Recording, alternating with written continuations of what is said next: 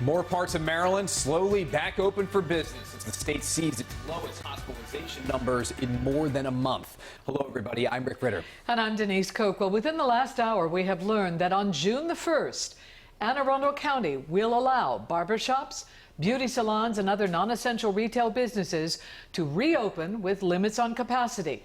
Now, this move follows Baltimore County, which lifted similar restrictions at 9 this morning. But as more areas of Maryland are slowly reopening tonight, the White House has just announced the state is home to 3 hotspots of the virus, and one of them is the Baltimore area. And WJZ has live extensive team coverage. We begin with Avajoy Burnett. She has more on that White House announcement. Avajoy.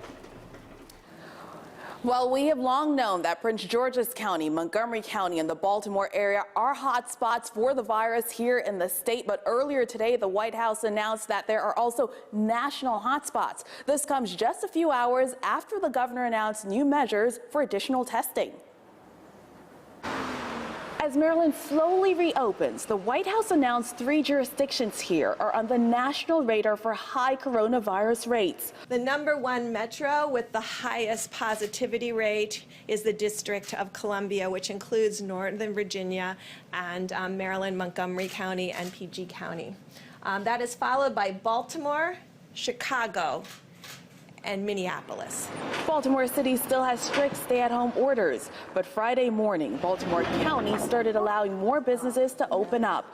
Barbershops, salons, and some retailers are on that list, but there's a strict 10-person limit.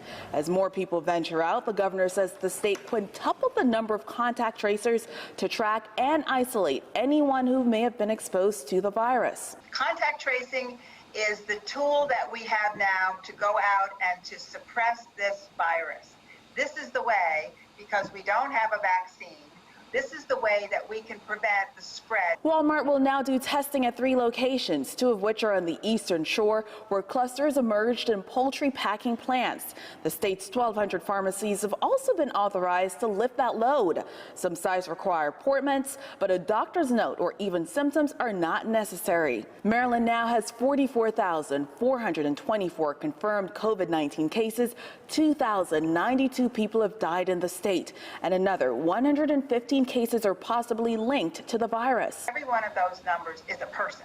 Hospitalizations are trending down, but the Department of Health said the state will change course if the numbers spike again. Hoping we can go from stage 1 to stage 2, but if there's a blip, we're going to hold, and if we need to reverse something, then that needs to happen too.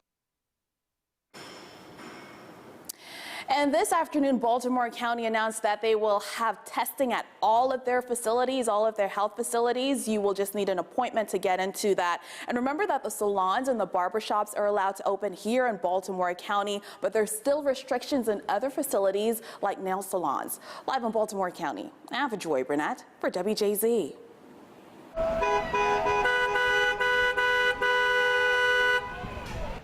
Well, noise on the streets in downtown Towson today as a group called Reopen Baltimore County held a rally there. While some restrictions did lift today, the group is calling for even more regulations to be rolled back, unlike those like restaurants and other businesses that are all facing financial hardship right now.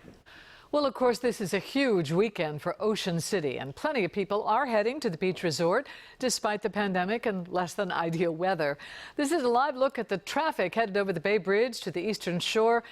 Unusual, no backups yet. WJZ investigator Mike Helgren is live on the Ocean City Boardwalk, more than 100 miles past that, with a look at how things have changed this season. Hi, Mike. Hi, Denise. That's some good news. We didn't see any backups when we were headed here earlier today. However, we are seeing a lot of people here on the boardwalk, and we want to show you the line for that Ocean City staple. Thrashers, French fries. It's gotten a little bit longer. A lot of people are in good moods here, and Thrashers is reminding people to maintain 6 feet of social distancing here on the boardwalk. The unofficial start to summer is here, but this is a Memorial Day weekend like none other in Ocean City, with the coronavirus pandemic creating uncertainty. If we all play our role, continue to curb the spread of this virus, we'll get open back up full scale at some point very soon, and we'll have a good summer.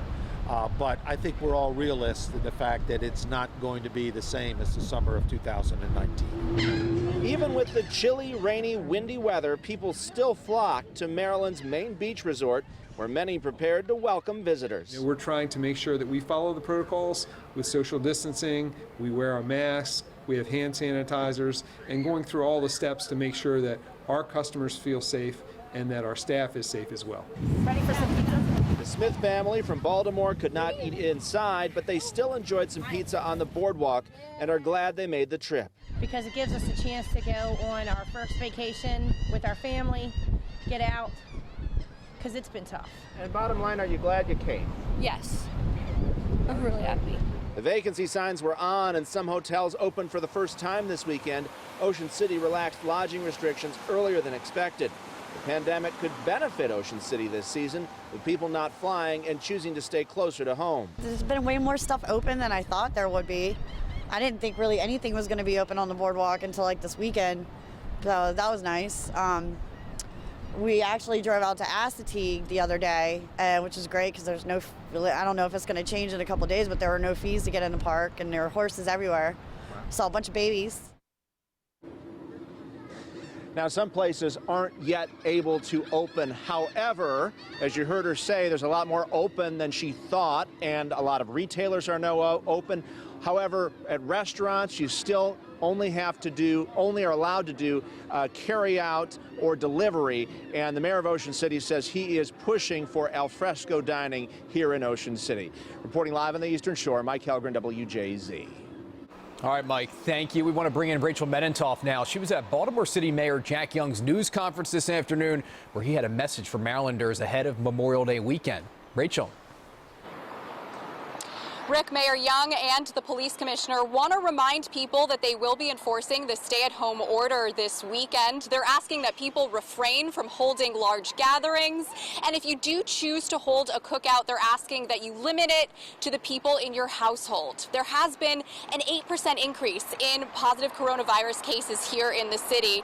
Right now, there are just under 4,500 cases and 210 people have died. Also at today's press conference, Mayor Young again asked President Trump to rethink his visit to Baltimore.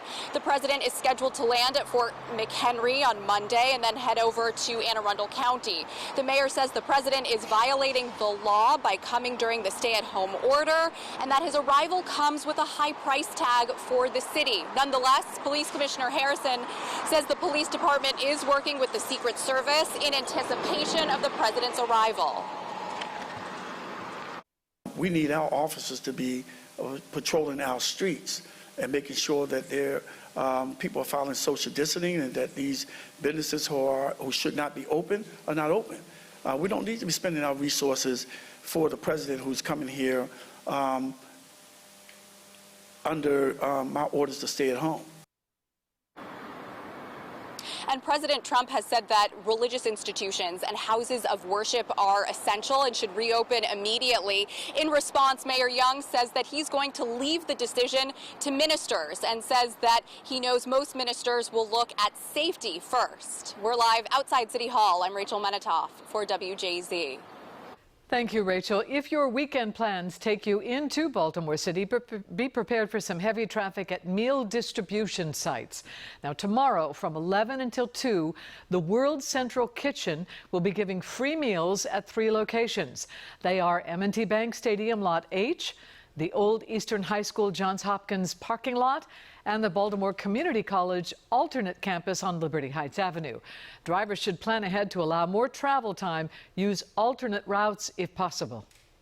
All 50 states have eased stay-at-home restrictions and are now in a reopening phase. And as people begin to return to pre-lockdown life, many want to know, how safe are those activities? Now, experts say there's been very few cases of the virus transmitting outside. So if you can do anything outdoors, eating, exercising, do it. Now, if you must be enclosed for hours at a time with people, like at a salon or places of worship, there is a higher risk of infection, but doctors say wearing a mask will help a lot. But no matter where you are, you should always maintain social distance, especially if you are a high-risk person. The CDC has released some new guidelines on reopening places of worship after the president announced that he is designating them as essential. Natalie Brand is at the White House for WJZ. President Trump announced he is designating places of worship as essential services. Some governors have deemed liquor stores and abortion clinics as essential, but have left out churches and other houses of worship. It's not right.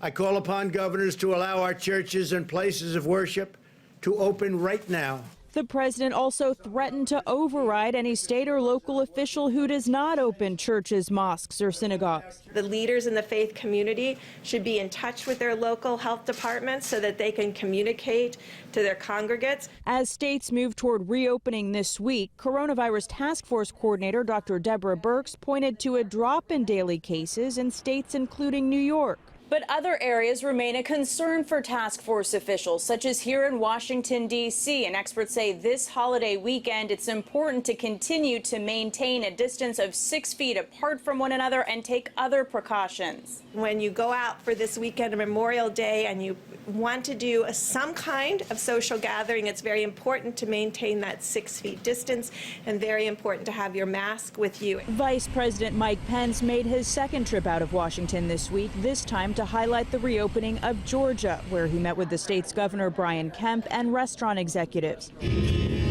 As the nation pauses to honor fallen heroes this Memorial Day weekend, President Trump welcomed bikers to the White House for their Rolling to Remember event. Flags here and around Washington will remain lowered at half-staff through Monday to also mourn all those who've lost their lives to the coronavirus. Natalie Brand, CBS News, the White House.